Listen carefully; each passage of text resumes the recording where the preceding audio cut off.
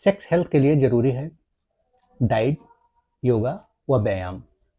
क्योंकि यदि आप संतुलित आहार, योग, परिश्रम नहीं करेंगे तो धीरे धीरे स्टेमिना कम होने लगता है। तो इसके लिए जरूरी है कि सेक्स हेल्थ के लिए डाइट, योगा व एक्सरसाइज चार्ट में आपको ध्यान देनी है कि सुबह 5 से 6 बजे तक उठ जाना है और 1 से 2 गिलास गुनगुना पानी नियमित लेना है।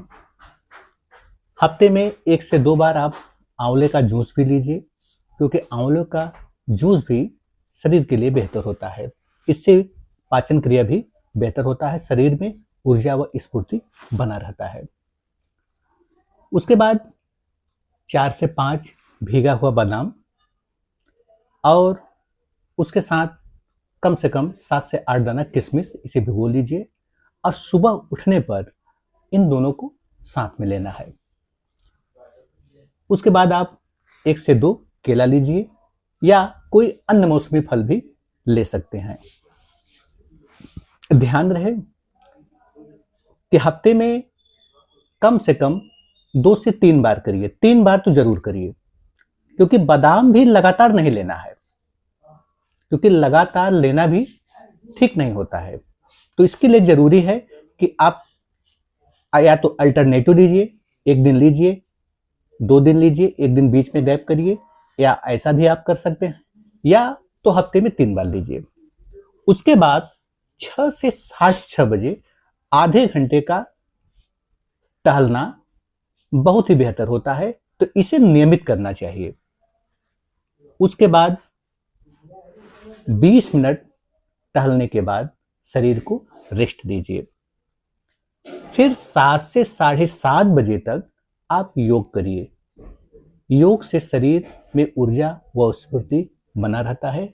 इसके लिए आप भुजंगासन, सेतुबंधासन, वज्रासन, पवन मुक्तासन, अनुलोम विलोम और भ्रामरी प्राणायाम, तो इसे कम से कम 15 से 20 मिनट जरूर करिए, क्योंकि इससे आपका नाड़ी संतुलन में होता है, शरीर में ऊर्जा व स्फूर्ति बरकरार रहता है और यह सब योग से आपकी चेस्ट स्टेमिना भी बेहतर होगा।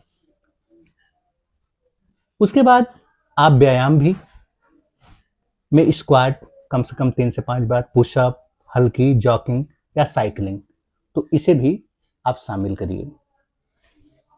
और कोशिश करिए कि हफ्ते में आप 3 दिन योग करिए, 3 दिन व्यायाम करिए और 1 दिन अपना रूटीन बनाकर चलिए, 1 दिन आप बिल्कुल रेस्ट करिए। उसके बाद 30 मिनट व्यायाम या योग और व्यायाम करने के बाद शरीर को ठंडा रखिए, आराम करिए। उसके बाद, क्योंकि योग और व्यायाम के तुरंत बाद स्नान करना ठीक नहीं होता है, तो 30 मिनट रेस्ट के बाद आप फिर स्नान करिए और कम से कम 20 मिनट आप ध्यान, चाहे सिद्धासन में या नॉर्मल ढंग से अभी आप बैठ सकते हैं, तो 15 से 20 मिनट का यदि आप ध्यान कर रहे हैं तो इससे आपका मस्तिष्क बेहतर रहेगा और किसी भी प्रकार का तनाव बॉडी में नहीं टिकेगा। तो मेडिटेशन हर किसी को और किसी भी उम्र में करना जरूरी होता है और यह बहुत ही सहज है, इसे सभी कर सकते हैं।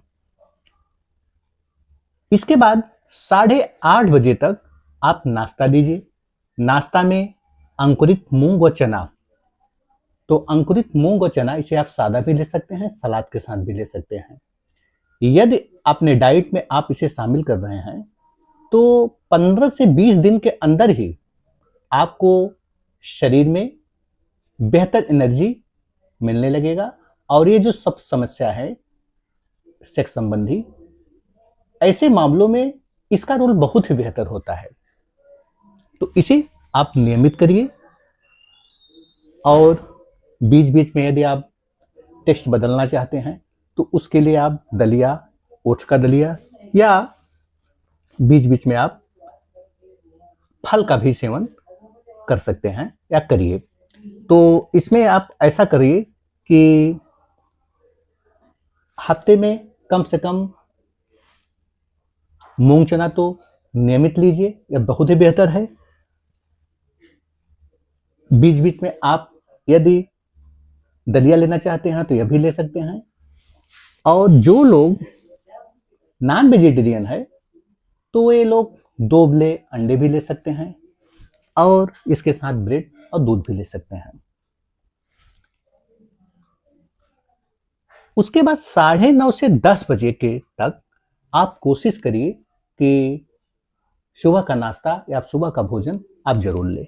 तो इसमें जो वेजिटेरियन है वो रोटी, मिक्स रोटी, तो ऐसा करिए कि बीच बीच में अपने टेस्ट के मुताबिक सादा रोटी भी लीजिए और मिक्स रोटी भी आप जरूर अपने डाइट में शामिल करिए।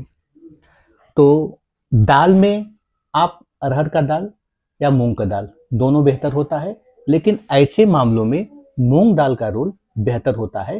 तो कम से कम एक टाइम इसे आप जरूर शामिल करिए। हरी सब्जियां, जो भी मौसमी सब्जियां हैं उसे लीजिए, सलाद, चावल, और उसके साथ कम से कम आधी कटोरी दही जरूर लीजिए।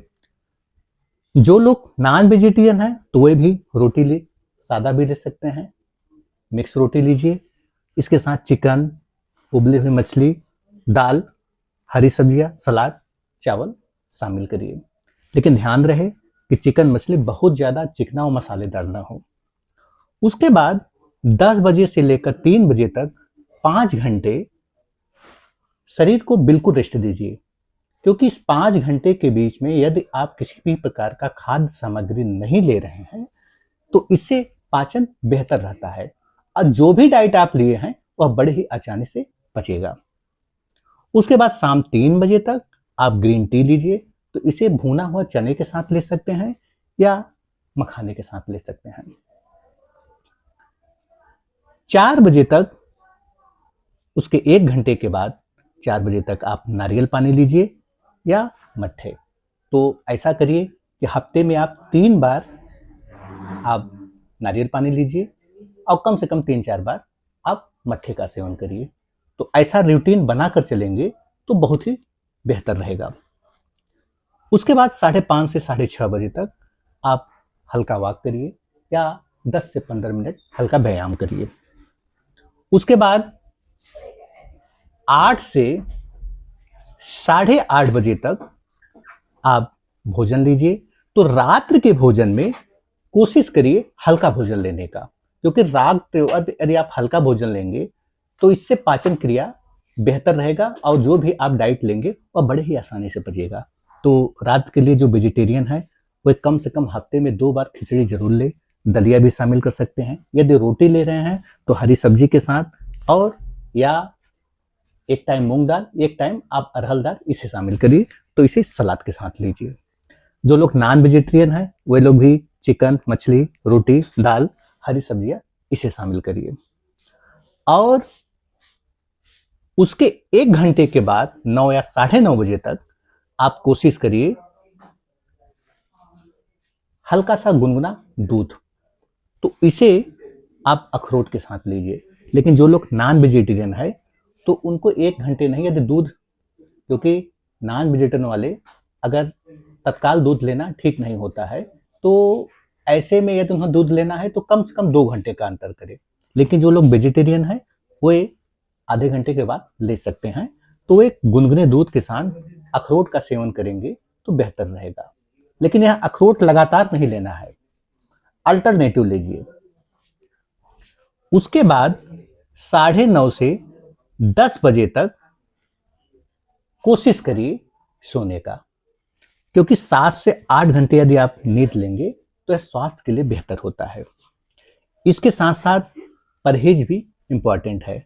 परहेज में आप चिकना, मसाला, खट्टा, चीनी, junk food, fast food, processed meat, शराब, धूमपान, तंबाकू, इन सब चीज़ों से बिल्कुल परहेज करें और कोशिश करें किसी भी प्रकार का तनाव न लें। उसके बाद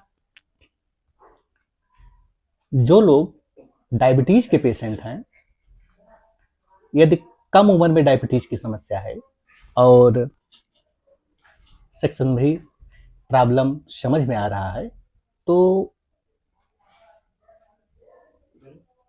डाइट, योग और व्यायाम से यदि पूरी तरह राहत नहीं मिल रहा है, तो ऐसे लोगों को तुरंत डॉक्टर से मिलना अनिवार्य होता है। और यह भी ध्यान रहे कि मार्केट में स्वयं से जो लोग सेक्स संबंधी दवा या क्रीम का उपयोग करते हैं, तो यह ठीक नहीं होता है, क्योंकि यदि आप बिना डॉक्टरी सलाह के यदि ऐसा कर रहे हैं, तो इसका रिस्पांस शरीर के लिए ठीक नहीं रहेगा। तो इसलिए कोई भी दवा या क्रीम यूज करने से पहले डॉक्टरी सलाह जरूर लें।